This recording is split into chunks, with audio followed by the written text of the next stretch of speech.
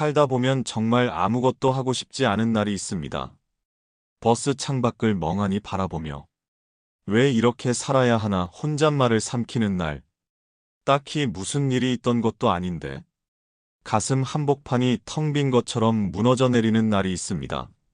주변에선 아무렇지 않게 하루를 살아가는데 나만 계속 엇나가고 있는 것 같고, 나만 멈춰 선 것 같고, 나만 혼자인 것 같은 그런 날 말이에요. 그럴 때 우리는 말로 꺼내진 못하지만 누군가 건네주는 단 한마디를 기다립니다.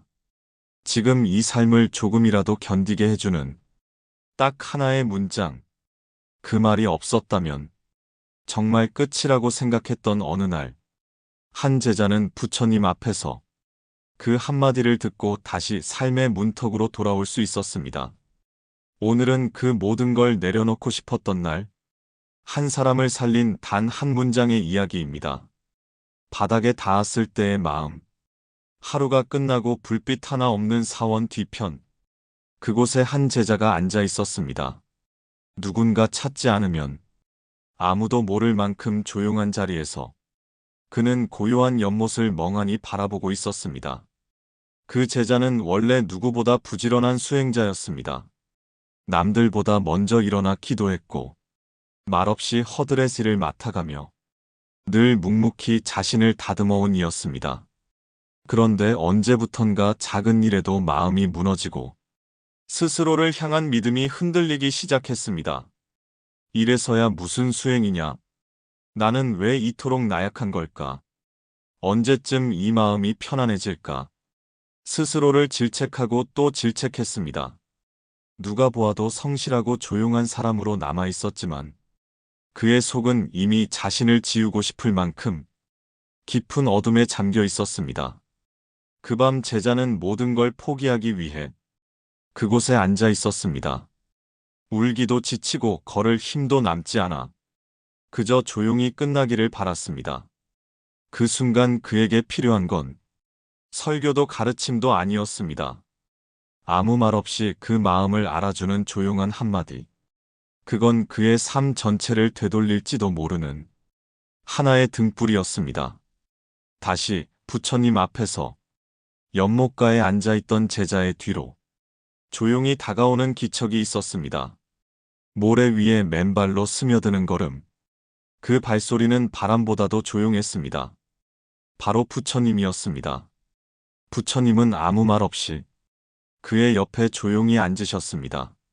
말을 재촉하지도 표정을 살피지도 않고 그저 그가 바라보던 같은 연못을 함께 바라보았습니다. 잠시 침묵이 흘렀고 그 뒤에야 부처님이 입을 여셨습니다. 지금 네가 앉아있는 이 자리도 너의 길 안에 있는 것이란다. 그 말에 제자는 꼭 붙들고 있던 손을 천천히 풀었습니다. 오랜 시간 움켜쥐고 있던 절망이 그 말 한 줄에 조금씩 느슨해졌습니다. 부처님은 다시 말하셨습니다. 꽃이 피기 전 비바람을 견디는 시간이 있다. 지금의 너도 그 시절을 지나고 있을 뿐이다. 그리고 부처님은 연못 위로 비치는 달빛을 손끝으로 가리키며 이 말을 조용히 남기셨습니다. 물결이 흘러가듯 지금의 아픔도 결국 너를 흘러보내리라. 그 한마디는 그가 숨을 쉬게 했습니다. 삶이 멈춰 있는 게 아니라 고통조차 흐르고 있다는 사실. 그 단순한 진실 하나가 제자의 어깨에서 무게를 덜어내었습니다. 그 한마디는 단지 위로가 아니었습니다. 스스로에게조차 말할 수 없던 절망을 처음으로 누군가가 대신 말해준 문장이었습니다. 그 말 덕분에 그는 다시 살아야겠다는 생각을 조심스럽게 품을 수 있었습니다. 그날 이후의 변화. 그날 제자는 하루를 살아내는 법을 다시 배웠습니다. 완전히 괜찮아진 건 아니었습니다. 여전히 흔들리고 불안했으며 때때로 다시 그 연못 앞에 앉고 싶을 만큼 고단한 날들이 이어졌습니다. 하지만 그 한마디는 늘 마음속 어딘가에 살아있었습니다. 물결이 흘러가듯 지금의 아픔도 지나간다. 그 문장은 마치 마음속 가장 깊은 곳에 놓인 작은 등불 같았습니다. 어둠이 덮쳐와도 그 등불만 꺼뜨리지 않으면 조금씩 다시 걸을 수 있었습니다. 그는 더 이상 강해지려 애쓰지 않았습니다. 약해질 수 있음을 받아들이고 흔들리면서도 살아가는 삶을 있는 그대로 살아가기로 했습니다.